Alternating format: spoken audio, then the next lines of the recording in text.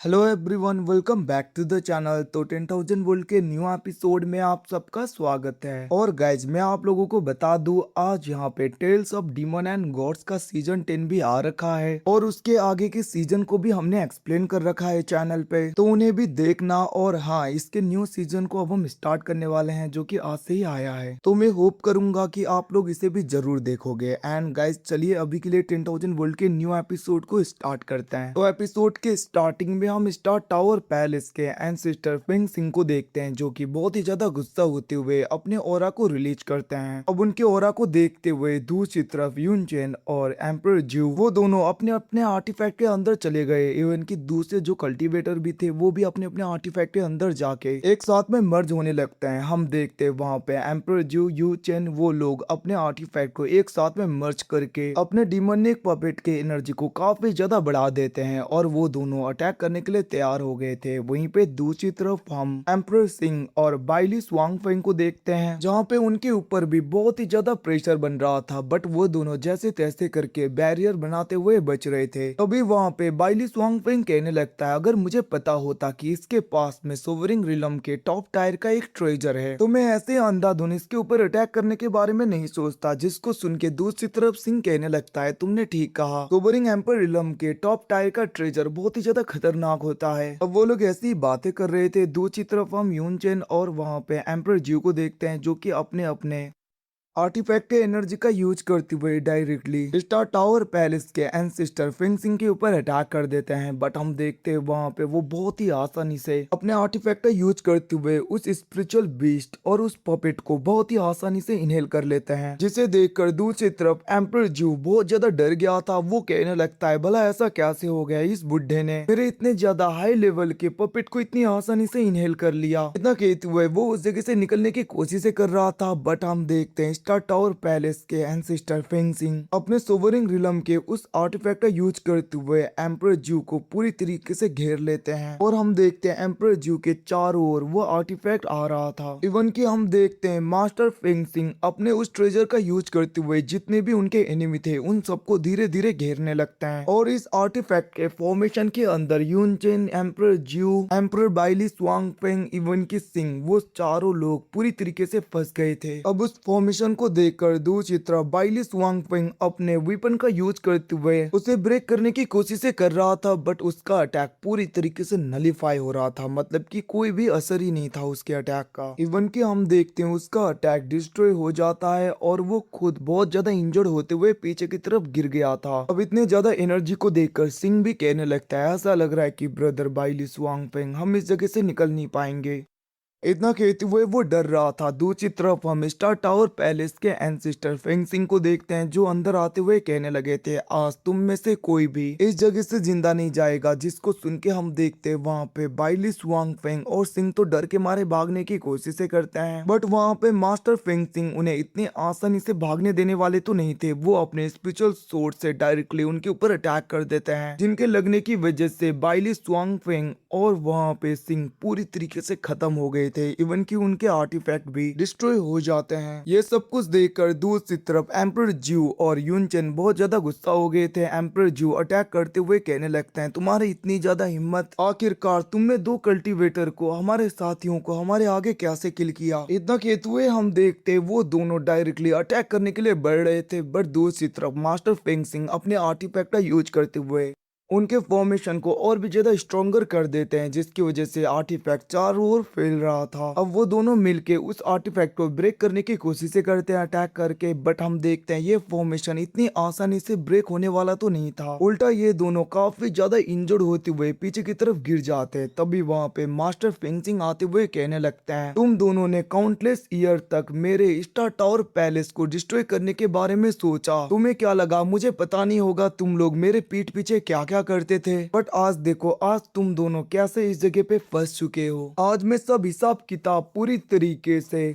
Settle करके रहूंगा। इतना कहते हुए हम देखते हैं वो उस जगह पे रिवर माउंटेन डोमेन का यूज करने लगे थे, जिसकी वजह से हम देखते हैं उस जगह पे ब्लैक होल टाइप का सर्कुलेशन होने लगता है और एम्परर जू उसके अंदर जा रहा था। जहाँ पे जाते हुए वो बहुत ज्यादा डर गया था। वो कहने लगता है सीनियर क्विंगलिंग प्लीज आप मेरी हेल्प करिए, मुझे बचा लीजिए सीनियर। इतना कहते हुए हम देखते हैं वो चिल्लाने लगता है, बट उस जगह पे कुछ भी नहीं होता। फेंगसिंग अपने एनर्जी का यूज करते हुए उसे पूरी तरीके से खत्म करने ही वाला था, तभी हम देखते हैं कोई पर्सन उस जगह पे उसके आर्टिफैक्ट के ऊपर अटैक कर देता है, जिसकी वजह से मास्टर फेंगसिंग का आर्टिफैक्ट अपने फॉर्मेशन को तोड़ देता है। इवन की मास्टर फेंगसिंग भी इंजर्ड होते हुए दूर गिर गए थे। और दूसरी तरफ हम देखते हैं आसमान में स्पेस क्रैक होता है और किसी बंदे की आवाज आ रही थी। वो कहने लगता है फेंगसिंग क्या तुम यहाँ पे इंपेरियल कोर्ट को बिट्रे कर रहे हो इसे बचाकर?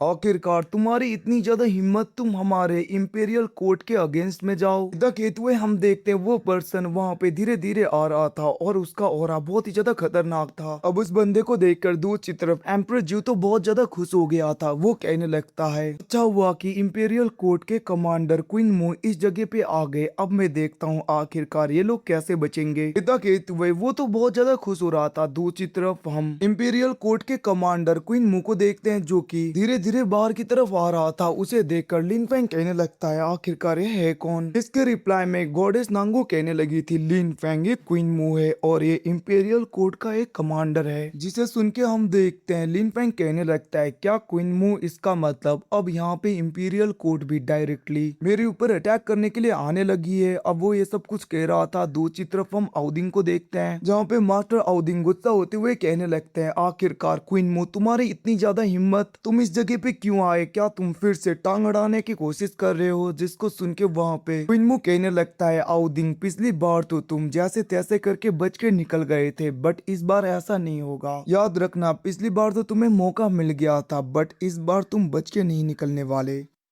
जिसको सुन के वहां पे मास्टर आउदिंग तो बहुत ही ज्यादा गुस्सा हो रहे थे, जिसे देखकर क्वीन मू कहने लगता है तुम बहुत ही ज्यादा एरोगेंट हो रहे हो। तुम्हें पता है ना आउदिंग पिछली बार हमने तुम्हारी कैसी हालत की थी, इवन कि तुम मरते मरते बचे थे एंड उस जगह पे कायरो की तरफ भाग गए। बट कोई बात नहीं, आज मैं पुराना हिसाब किताब भी पूरी तरीके से सेटल कर लूंगा और मैं देखता हूँ आखिरकार आज तुम इस जगह से बच के क्या से निकलते हो और तुम्हें कौन प्रोटेक्ट करता है। इतना कहते हुए हम देखते वहां पे वो बहुत ज्यादा गुस्सा हो रहा था और वो कहने लगता है आज इस जगह पे ईस्टर्न एम्परर का सन भी नहीं बचने वाला। जहां तक मुझे पता है इसका फादर क्योस लैंड में पूरी तरीके से फंसा है ना, तो मैं भी देखता हूँ कि आखिरकार अब इसे कौन बचाता है। वैसे भी इतना अच्छा मौका कभी भी नहीं मिलेगा हमें। इतना कहते हुए हम देखते वहाँ पे इंपीरियल कोर्ट का वो क्वीन मू अपने स्पीयर को आगे करते हुए काफी ज्यादा खुश हो रहा था और वो अटैक करने के लिए तैयार होने लगता है। और हम देखते वो डायरेक्टली मास्टर आउदिन के ऊपर स्लैश अटैक कर देता है और वो कहने लगा था दूसरे लोग अगर तुम लोग बीच में आओगे तो तुम्हें भी कोई नहीं बचा पाएगा। इतना कहते हुए वो गुस्सा हो रहा था। अब वो अटैक मास्टर आउदिन की तरफ बढ़ने लगता है, बट मास्टर आउदिंग अपने ट्रू स्पिरिट का यूज करते हुए उस जगह पे बैरियर बना के उस अटैक को रोकने की कोशिशें कर रहे थे। अब यहाँ पे क्वीन मू को देखकर दूसरी तरफ साउटियान तो बहुत ज्यादा डर गया था। वो कहने लगता है ये तो बहुत ज्यादा पावरफुल है, इवन की ये तो सुप्रीम गॉड रिलम पे भी होगा। पता नहीं इसका कल्टीवेशन क्या है, मैं तो देख भी नहीं पा रहा, बट जहाँ तक मुझे पता है ये जरूर बहुत ज्यादा पावरफुल होगा। क्या अब हम पूरी तरीके से खत्म हो जाएंगे? इतना कहते हुए हम देखते हैं साउटियान उस जगह पे बहुत ज्यादा डर रहा था, जिसको देख करके उस ड्रैगन कहने लगता है ब्रदर साउटियान हमारी जर्नी यहीं तक है, मुझे ऐसा लग रहा है। वैसे मुझे माफ कर देना, मैंने तुम्हारे बारे में बहुत कुछ उल्टा सीधा कहा था, बट मैं तुम्हें बहुत ज्यादा मिस करूंगा मरने के बाद में। इतना कहते हुए ये दोनों नौटंकी स्टार्ट कर देते हैं जैसे कि ये हमेशा करते हैं। और हम देखते हैं वहां पे क्यूस ड्रैगन तो एक स्टेप आगे चला जाता है। वो एकदम से जाके साउटियान को किस कर लेता है और वो कहने लगता है ब्रदर मरने से पहले थोड़ी सी प्यार की निशानी।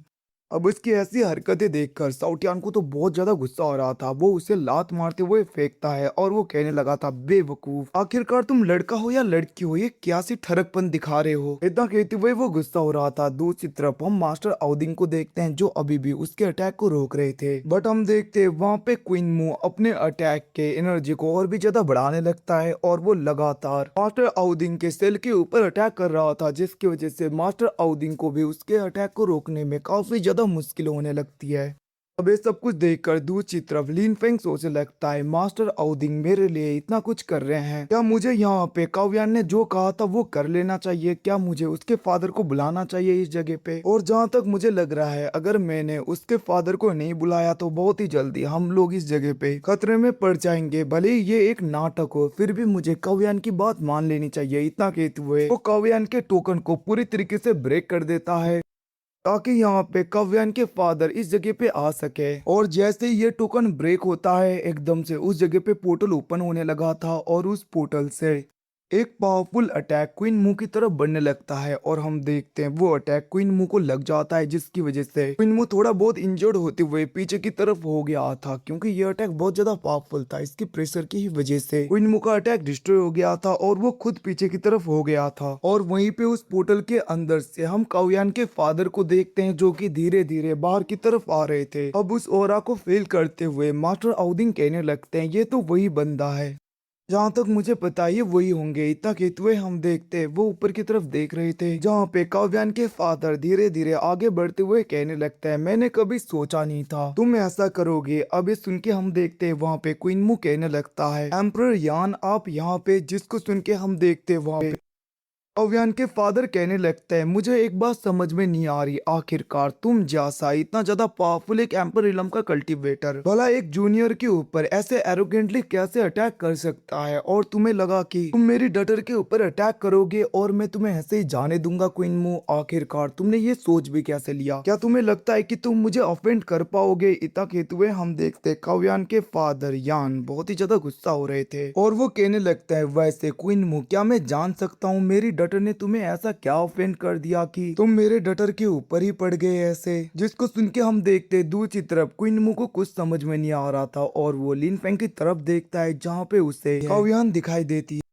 जहाँ पे वो इंजर्ड होने की नाटक कर रही थी। अब ये सब कुछ देखकर क्वीन मू एकदम से ग्रीट करते हुए कहने लगता है, मास्टर यान मुझे माफ कर दीजिए, यहाँ पे कुछ ना कुछ मिसअंडरस्टैंडिंग हुई है। मुझे पता नहीं था कि ये लेडी काउ फैमिली से बिलोंग करती है। अगर मुझे पता होता ये आपकी डटर है तो मैं कभी भी ऐसा करता ही नहीं। वैसे मैं आपको बता दूं कि मैं इसके ऊपर अटैक नहीं कर रहा था। जिसे सुन के हम देखते वहाँ पे एम्परर यान कहने लगते हैं, अगर ये सब कुछ सही है तो ठीक है, मैंने तुम्हें माफ कर दिया, अब तुम यहाँ से जा सकते हो। जिसको सुन के हम देखते हैं क्वीन मू को सोचते हुए कहने लगा था, मास्टर यान मुझे माफ कर दीजिए, मैं ऐसे नहीं जा सकता, ये सब कुछ मेजेस्टी का ऑर्डर है। वैसे भी मुझे इस जगह पे कुछ वांटेड क्रिमिनल्स को पकड़ना है, तो मैं होप करूंगा कि मास्टर यान आप अपने डटर को लेकर इस जगह से चले जाओगे। जिसको सुन के वहाँ पे काव्यान के फादर स्माइल देने लगे थे और वो कहने लगते हैं, क्या इंपीरियल कोर्ट के मास्टर ने कहा ये सब कुछ? वैसे मैं जान सकता हूँ आखिरकार ये ऑर्डर किसने दिया, वेस्टर्न एम्पर ने दिया या साउथर्न एम्पर ने दिया? क्या मैं जान सकता हूँ? जिसको सुन के हम देखते हैं उस जगह पे पिन्मू कहने लगता है, मास्टर यान जो कुछ भी हो वो अभी के लिए हमारे नए इंपीरियल कोर्ट के मास्टर हैं, तो वो जैसा कहेंगे हमें वैसा ही करना होगा। अब उसकी ऐसी बातें सुन के हम देखते वहाँ पे एम्परर यान बहुत ज्यादा गुस्सा हो गए थे और वो अपने एनर्जी को रिलीज करते हैं, जिसकी वजह से क्वीन मू इंजर्ड होते हुए पीछे हो गया था। और वहीं पे काव्यान के फादर कहने लगते हैं, मैंने कभी सोचा नहीं था इंपीरियल कोर्ट जैसे ऐसे पावरफुल काउंसिल का मास्टर एम्परर तियानी ऐसे छोटे बच्चों के पीछे पड़ जाएगा। क्या यहाँ पे ये उसके पोजीशन को सूट करता है? वो एक इंपीरियल कोर्ट का एम्पर है और वो ऐसे जूनियर्स के ऊपर अटैक करने के लिए किसी को भेज रहा है। सच में ये बहुत ही ज्यादा बेइज्जती की बात है। अब ये सब कुछ सुन के हम देखते दो तरफ दो बंदे बातें करने लगे थे। उनमें से एक बंदा कहने लगता है, मास्टर यान ने तो इस जगह पे एम्पर तियानी की खुले में बेइज्जती कर दी, इवन की इंपीरियल कोर्ट की भी बेइज्जती कर दी।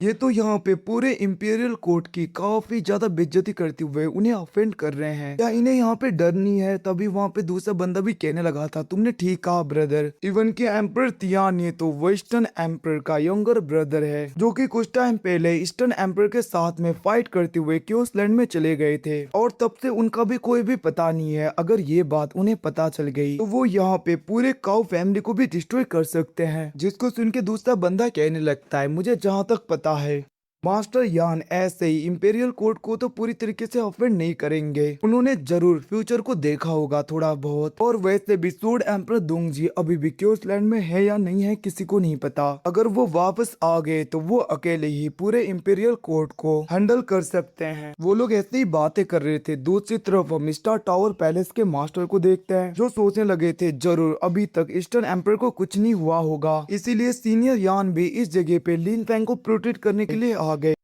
इतना कहते हुए वो खुश हो रहे थे। दूसरी तरफ हम एम्पर यान को देखते हैं, जो कि आगे की तरफ देख रहे थे। और वहीं पे एम्पर जू कहने लगता है, आज तुमने यहाँ पे इंपीरियल कोर्ट की और एम्पर तियानी की बहुत ज्यादा बेइज्जती कर दी, तुम्हें वो छोड़ेंगे नहीं। तभी वहाँ पे क्वीन मूवी कहने लगता है, तुम्हें ये सब कुछ करना नहीं चाहिए था एम्पर यान। बट हम देखते हैं एम्पर यान एकदम से उसके ऊपर प्रेशर बनाते हुए कहने लगे थे, तुम्हारी इतनी औकात नहीं है, अगर मेरे साथ में फाइट करना ही है तो इंपीरियल कोर्ट के मास्टर एम्पर तियानी को इस जगह पे भेजो। इतना कहते हुए हम देखते वो वहाँ पे क्वीन मू को काफी ज्यादा इंजोर कर देते हैं, जिसको देखकर क्वीन मू गुस्से में उस जगह पे जाने लगता है। वो कहने लगता है, तो फिर ठीक है, मैं डायरेक्टली जाके एम्पर को रिपोर्ट करता हूँ। इतना कहते हुए वो उस जगह से चला गया था, जिसको जाता हुआ देखकर एम्पर जू कहने लगता है, मास्टर मुझे तो लेकर चलिए। बट हम देखते हैं बेचारा उसी जगह पे फंस गया था। और वहीं पे एम्पर यान उसकी तरफ देखने लगे थे। और गाइस के साथ में एपिसोड खत्म। Thanks watching, bye, see you again. मिलते हैं अगले एपिसोड में, तब तक के लिए टेक केयर।